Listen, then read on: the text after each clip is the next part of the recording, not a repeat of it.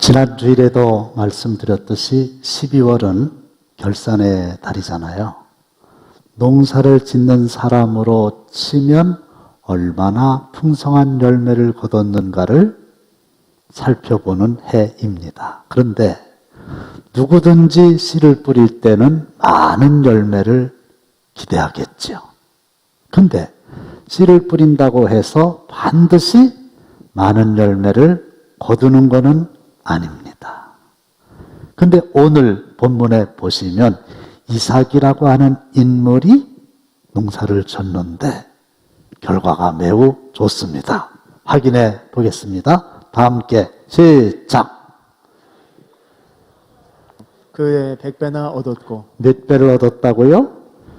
100배나 얻었다. 그런데 이 100배라고 하는 말은 99 다음에 100이다. 그런 차원이 아니라 하여간 인간이 거둘 수 있는 최대의 열매를 거뒀다. 그런 뜻입니다. 예수님의 씨 뿌린 자의 비유에서 30배, 60배, 100배가 나오잖아요. 그것도 그 100배가 어마어마하게 큰 열매를 얻게 되었다. 그런 말입니다. 그래서 12월이 다 지나가고 있는데 저와 여러분들도 풍성한 열매 맺기를 원하면 아멘 하시기 바랍니다. 그런데 이 이삭이 거둔 100배의 열매가 좋은 조건에서 좋은 환경에서 얻은 게 아니고 반대로 아주 척박한 열악한 힘든 상황에서 얻은 열매라고 하는 것 때문에 의미가 더 큰 거예요. 요즘 코로나 때문에 모든 사람들이 얼마나 많은 어려움을 겪고 있습니까? 교회도 직격탄을 맞은 거죠. 근데 이삭은 그런 어려운 여건 속에서도 풍성한 열매를 얻었다. 그러니 우리도 아무리 코로나라고 해도 여전히 풍성한 열매를 맺고자 하는 기대가 있는 거죠. 어떤 환경의 열매였었냐고요? 첫째로 흉년의 때인데 100배의 열매를 거두게 된 겁니다. 시작. 아브라함 때 첫 흉년이 들었더니 그 땅에 또 흉년이 들매 이삭이 그랄로 가서 블레셋 왕 아비멜렉에게 이르렀더니 아브라함 때에 첫 번째 흉년이 들었습니다. 그리고 이삭의 때에 두 번째 흉년이 들었습니다. 도무지 이 이삭이 살고 있는 가나안 땅에서는 먹고 살 길이 없어요. 그래서 저 애굽이라고 하는 나라로 이사를 갈까 이런 생각을 했었는데 하나님이 그걸 막으셨어요. 그리고 그냥 흉년이든 그 땅에 거주하라고 말씀하셨죠. 시작. 여호와께서 이삭에게 나타나 이르시되 애굽으로 내려가지 말고 내가 내게 지시하는 땅에 거주하라. 애굽으로 가지 말아라. 그냥 내가 내게 지시하는 땅, 가나안 땅, 현재 거주하고 있는 땅, 흉년이 든 땅, 코로나가 창궐하는 그 자리에서 그냥 살아라. 그랬는데 거기서 100배 열매를 얻게 된 거죠. 두 번째는 뭐냐? 이 이삭이 대단한 사람이 아니에요. 믿음이 굉장한 사람이 아니에요. 실수투성이의 사람이에요. 그런데 복을 받은 거예요. 나도 실수투성이고 대단하지도 못한데 그가 복을 받았다고 하니까 기대감이 커지지 않습니까? 무슨 일을 했냐? 자기 아내를 누이라고 사람들에게 속였어요. 그러다가 들통이 나가지고 이방인 아비멜렉 왕에게 창피를 당하는 겁니다. 확인해 보실까요? 시작. 이에 아비멜렉이 이삭을 불러 이르되 그가 분명히 내 아내거늘 어찌 내 누이라 하였느냐. 이삭이 그에게 대답하되 내 생각에 그로 말미암아 내가 죽게 될까 두려워하였음이로라. 야, 아내면 아내라고 그러지 왜 누이라고 그랬냐 했더니 내 생각에. 그러니까 자기 생각대로 사는 사람이었잖아요. 거짓말하지 말아라. 이게 하나님의 말씀인데 그냥 자기 생각대로 사는 거예요. 자기 아내가 워낙 이쁘니까 자기 아내를 자기를 죽이고 뺏어갈까 봐 무서워가지고 그렇게 했습니다. 이러니 실수가 많은 사람이죠. 그런데도 하나님은 그 이삭이 100배의 열매를 얻을 수 있도록 복을 주셨다. 세 번째는 뭐예요? 엄청나게 많은 대적자들이 있었어요. 회방꾼들이 있었어요. 방해꾼들이 있었어요.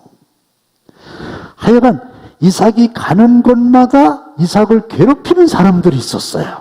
사방으로 우겨쌈을 당한 거예요. 지금 농사를 져야 되잖아요. 소떼와 양떼 등 목축업을 하고 있잖아요. 그러면 물은 필수입니다. 근데 사막지대니까 우물이 있어야 되는데 이 블레셋 사람들이 계속해서 우물을 흙으로 메우는 거예요. 한 번도 아니고 두 번도 아니고 계속 확인해 보겠습니다. 시작. 양과 소가 때를 이루고 종이 심이 많으므로 블레셋 사람이 그를 시기하여 그 아버지 아브라함 때 그 아버지의 종들이 판 모든 우물을 막고 흙으로 메웠더라. 네. 방해를 하는 거예요. 그런데 그런 상황에서도 100배의 열매를 거두게 되었다. 그 다음에 100배의 열매의 내용이 뭔지 아세요? 13절, 14절 보시면 그 사람이 창대하여 왕성하고, 그래서 창대하다고 하는 말은 번창할 창자에다 큰 대자잖아요. 13절, 14절이요. 그리고 왕성해서 마침내 뭐가 됐다는 거예요? 거부, 큰 부자가 됐다. 그리고 양과 소가 떼를 이루고 종이 심이 많음으로. 그러니까 양떼도 많고 소떼도 많고 종들도 많고 그래서 큰 부자가 됐단 말이에요. 거부는 무기거든요. 삼중고 흉년의 땅에서 실수가 많은 사람이지만 그리고 해방권들이 있었지만 복을 받았다. 저와 여러분들에게도 이런 은혜가 임하게 되시기를 다시 한번 주님의 이름으로 축원합니다.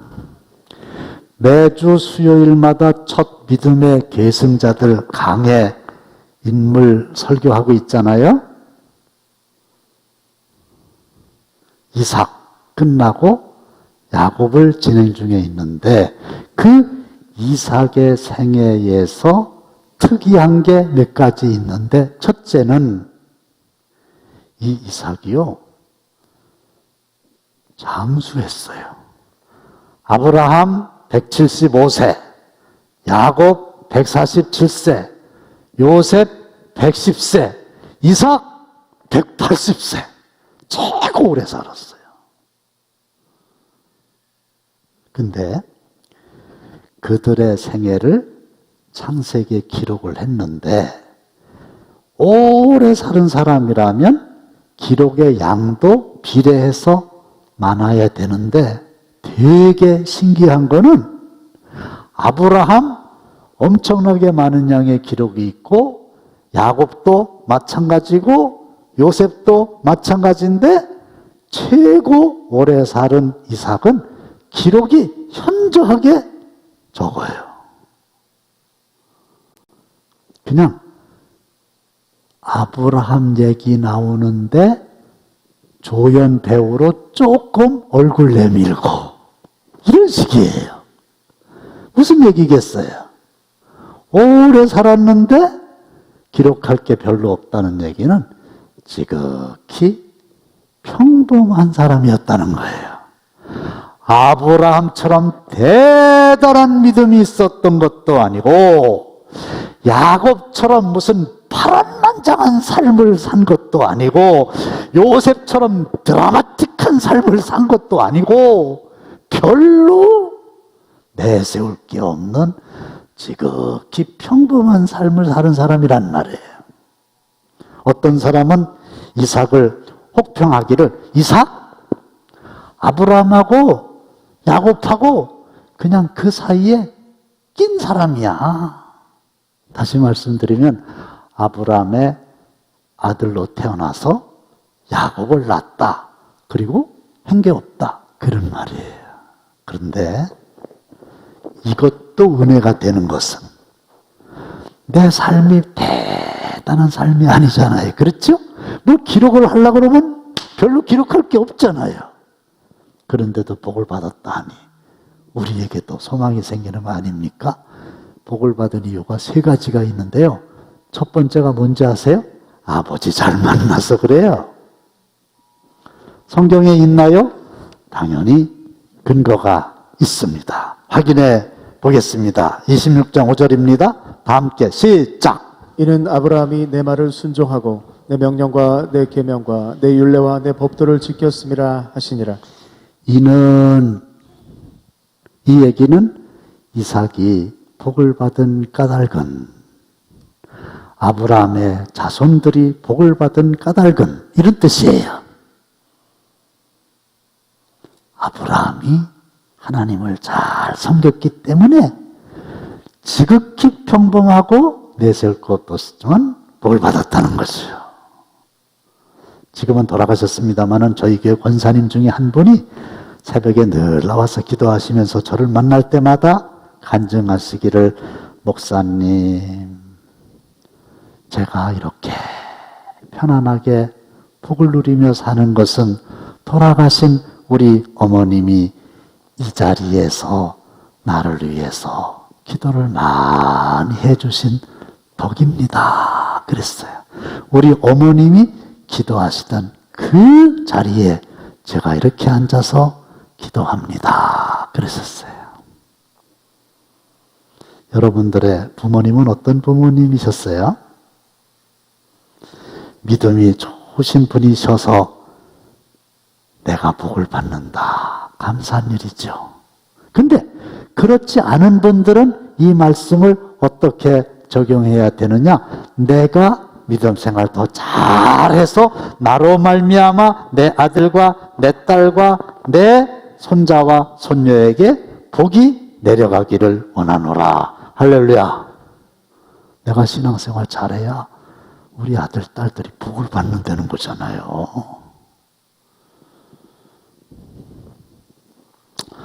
어거스틴을 아시죠? 성 어거스틴, 성자 어거스틴. 근데 이 사람이 10대 때는 천하의 불량배였어요.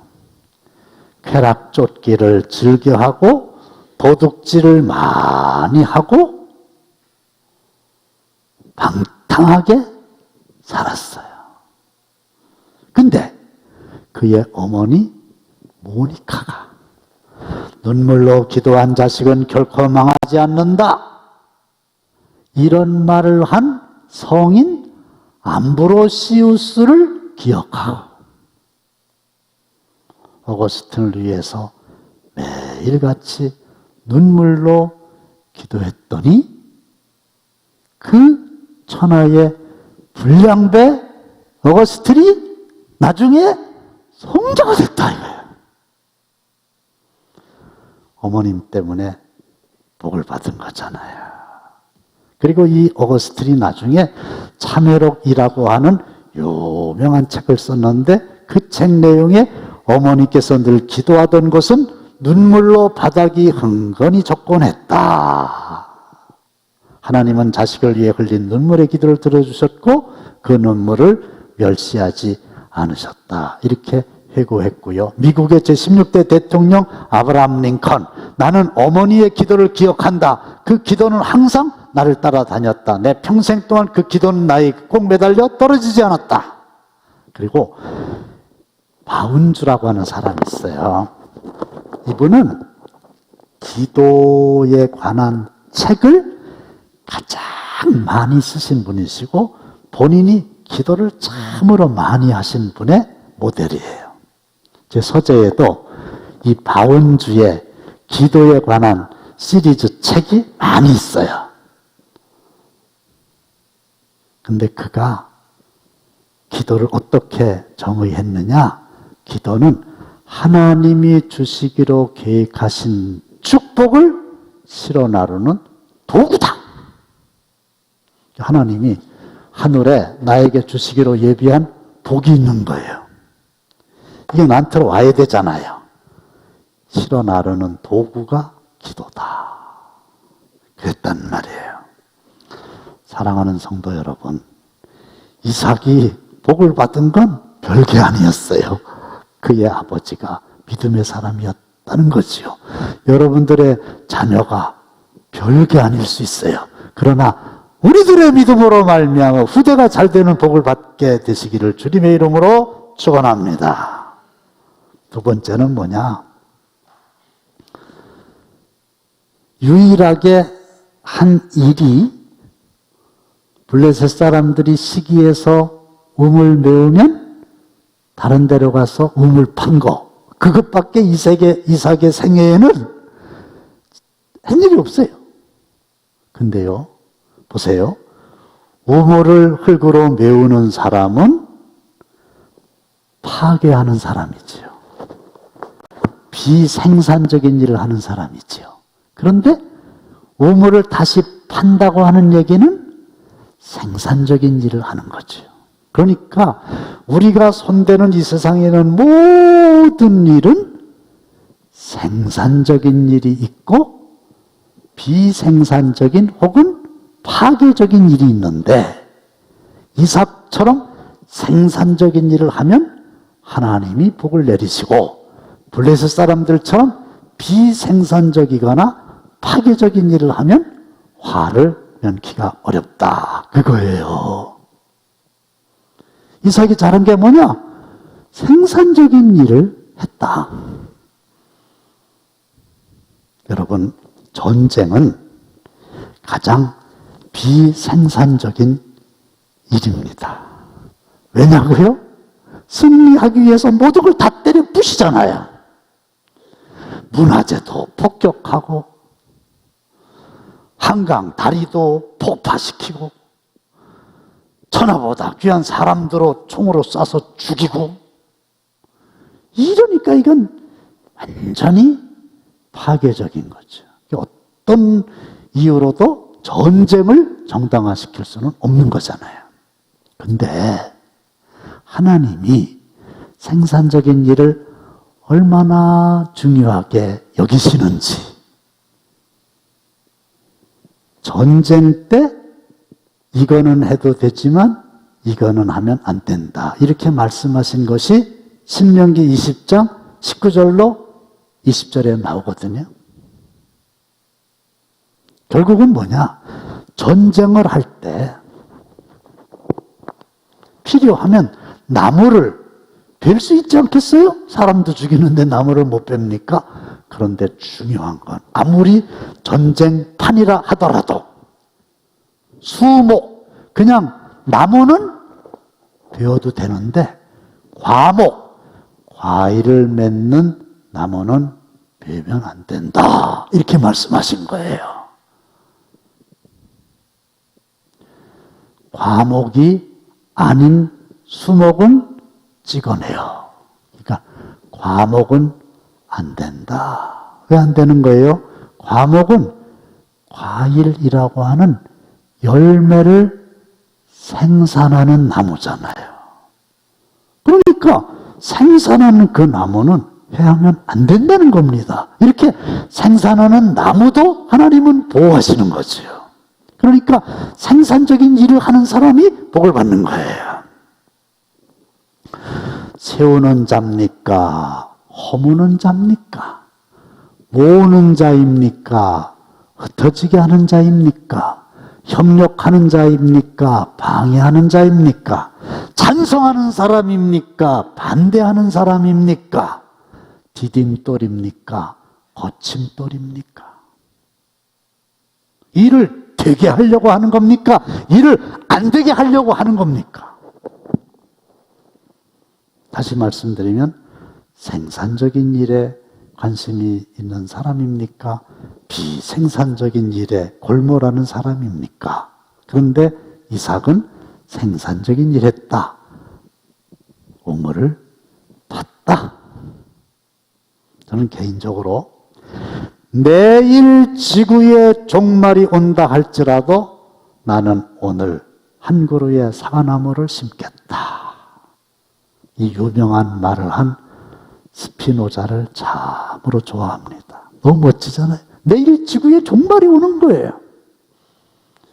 그런데도 여전히 꿈을 버리지 않고 오늘 몇 년 후에나 열매를 맺을 사과나무를 심겠다는 거예요. 생산적인 일을 하는 사람이죠. 여러분, 우리가 대단하지 못해도 이렇게 생산적인 일에 관심을 가지고 우리의 시간과 우리의 재물과 우리의 재능을 바치게 될 때 이삭에게 복 내린 하나님은 동일하게 저와 여러분들에게도 내려주실 줄로 믿습니다. 마지막 하나. 이 이삭은 어떤 사람이었느냐? 한마디로 온유한 사람이었다.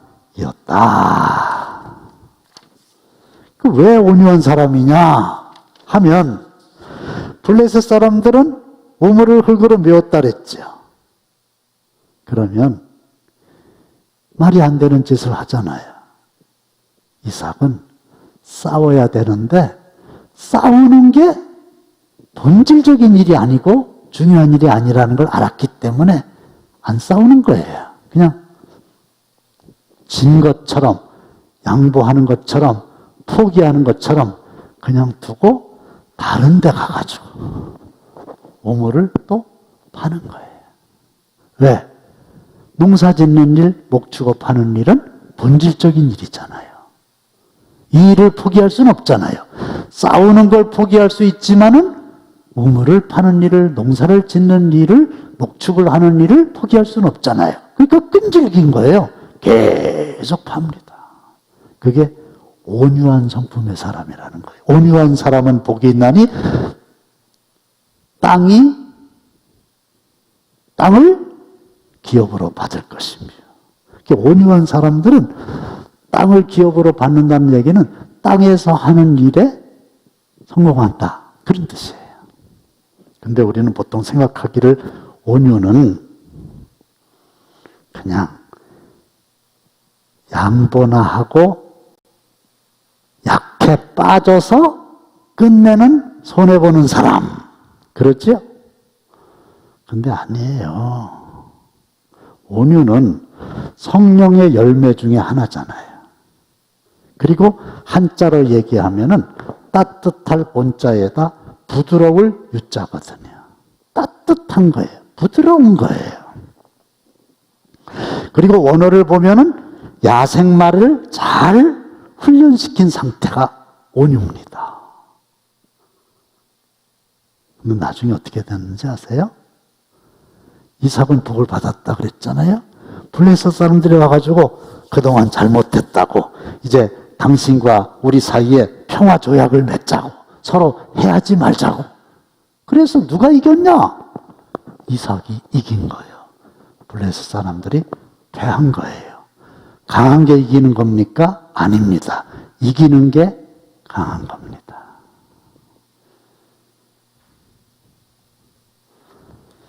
이빨 강하죠? 부러집니다. 혓바닥 부드럽죠? 여러분, 혓바닥 부러진 사람 있어요? 없죠.